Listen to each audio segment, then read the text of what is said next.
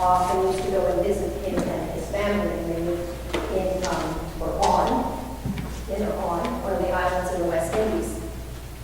And he had a very prominent position in a bank there, a Canadian bank actually, and he was very fortunate having risen up through the ranks to have a fairly senior role. And he still had, as he said, lots of friends from the old days. And one of his friends often said to him, "You can help some people out. You could do a few things here and there that could help some people out." And he said to his friend, "You can lose a lot of things and get them back. You lose a house, get another one. Lose a job, get another one. Lose your shoes, get another pair. Crash your car, get another one. Arguably, you could lose a partner, get another one." But he said, once you lose your integrity, you can never get it back. Once you lose your integrity, you can never get it back. Another way of phrasing that might be a little proverb from the Dalai Lama that says, "Judge your success by what you had to give up to get it." Judge your success by what you had to give up to get it. And in today's readings, we have two polar opposites, two polar examples of what people give up and the success that they achieve. Of course, at one end, we have David. If you had never, ever, ever in your life seen a soap opera and read this story, you would know the plot of any soap opera ever written. Right? Am I right? Did I say it seems just like a soap opera? David is the king. God appointed him. God chose him. Remember, from all his brothers, chosen by God. So you would think David would be trying to run his kingship in a godly way, but he's not. It's the spring, we're told. The time when kings go out to battle. David is not going out to battle.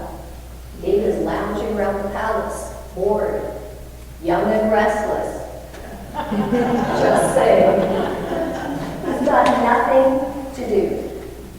And he goes up onto the roof and he sees a woman, and she's bathing, and she's beautiful. And he wants her, and he's the king.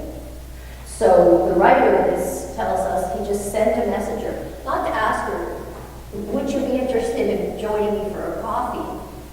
He sends a messenger and says, "Go and get her." He's the king. He can have whatever he wants. And he takes whatever he wants, even though he knows she's married. She's not just married, she's married to one of his most trusted generals, who is out in the field, in the midst of battle, while David is lounging around at home. So he sends for her. She becomes pregnant. Now David has a dilemma. We all can count. We all know her husband has been home in a long time. So David has two options. Admit he's done wrong, take his licks, and move on. But most people who've already chipped away at their integrity rarely go backwards. They just keep pressing the envelope. So David devises a scheme. He gets Uriah to come home. He thinks, as I'm counting on the calendar, if I can get Uriah to sleep with his wife within the next few weeks even, I'm still safe. But Uriah is a man of integrity. And he says, "David, how could I do that? All of the army is sleeping out rough in the fields." So David's worried. He comes up with a second scheme. If I get him drunk enough, he'll probably do it. So he invites Uriah to a banquet. He says, "Stay for a few more days," gives him a lot of alcohol, gets him all liquored up, and hopes that he'll stumble home. And even if he doesn't sleep with his wife, Maybe he won't remember what happened, and someone can convince him.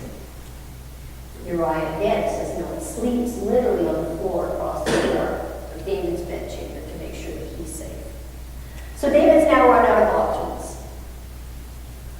He could confess. Apparently that doesn't enter his mind. So he comes up with a better scheme. I'll just have him killed.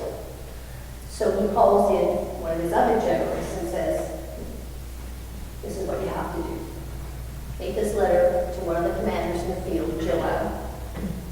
Put the guy right in the front, put him in the most dangerous position, that everybody draw back and let him get killed.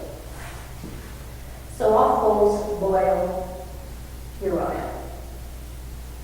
Now David picked the right person because Joab was only a shade worse than David. Joab loved killing people. It was one of his strong suits. So Joab decides that while he's getting Uriah killed, he'll get a few of his own enemies killed. So not only does he follow David's instructions to the letter, but he pushes the army, especially those he's not really fond of, right up close to the walls of the city that they're besieging. So they're like, what's the expression? Shooting ducks in a barrel? Is that it? Shooting ducks in a barrel? So they're right, shooting fish in a barrel? Shooting fish in a barrel. So they're right up against the walls. The people don't even have to use ammunition. They simply drop stones on them, millstones that they use to grind the grain. They can just shoot down on them with arrows if they want. So Uriah is killed. So are many of Joab's enemies. So we see a man who had choices. He had a choice to do the right thing, or he had a choice to do the wrong thing. He had a choice to be a king who followed God's call and command, or a king who simply gave in to his own desires and wishes. If he wanted it, he took it. He judged his success by what he had, not by what he had to give up to get it. On the complete opposite side, we have the story of a boy. A boy who had 5 loaves and 2 fish. And in the Greek, the word for this 2 fish is really pickled tidbits. They weren't even like bass or perch or anything. They were just dried pickled fish that people would eat for a snack. And barley was the lowest type of grain you could use. It was used to feed animals. It was used to make bread for the poor. These weren't the finest loaves and the finest fish. It was what he had. And when the time came, he had a choice. He was hungry. He didn't see those golden arches anywhere in sight. He thought to himself, is it lunchtime? He takes 2 fish, 5 loaves, and instead of keeping them to himself, he brings them to Jesus. He offers them to Jesus. And we're told that miraculously, 5,000 people were fed with 5 loaves. Now, some biblical commentators, some theologians have suggested that it wasn't so much that Jesus made all these loaves and fish stretch to feed all these people. The suggestion is that others who saw this boy surrender his food to Jesus then began to pull out the food they had hidden. They were keeping for just themselves and began to share it with others. And so 5,000 people were fed. Does it make this less a miracle? I don't think so. However, how we look at it, his desire to be part of what Jesus was doing caused a miracle to happen. He took the most miserly thing he had, bread that really should be fed to animals, and 2 dried up pickled fish, and offered what he had to Jesus. It became food and example for them. So for the rest of time, for time immemorial, this unnamed boy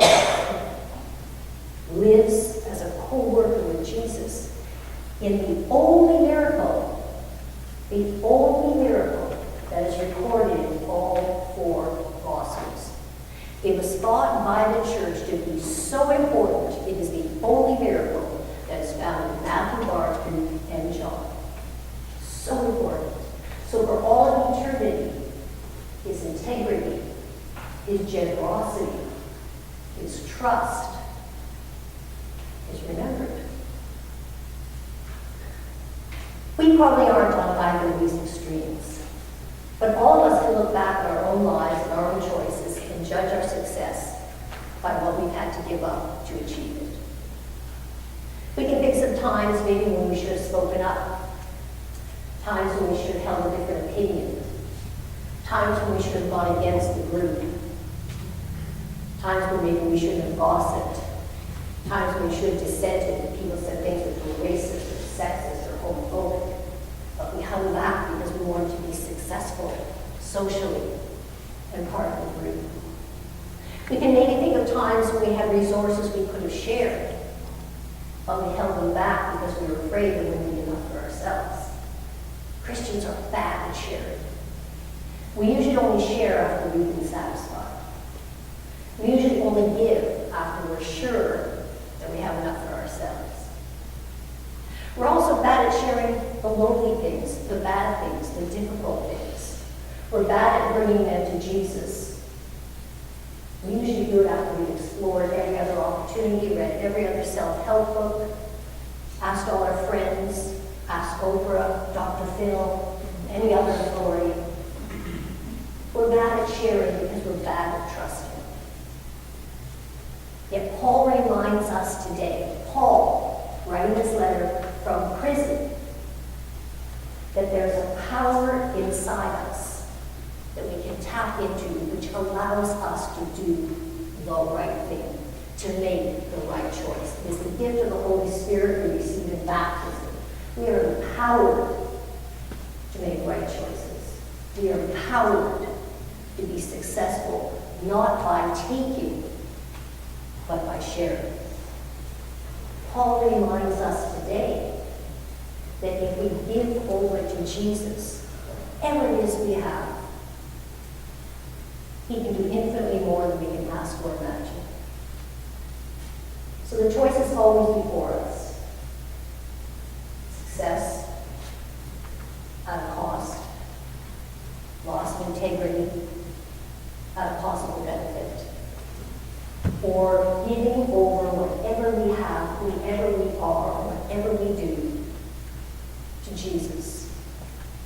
We can be participants in a drama that has, what they say, collateral damage, lie upon lie, disaster upon disaster, drawing others in. Or we, like this young boy, can be participants in a miracle.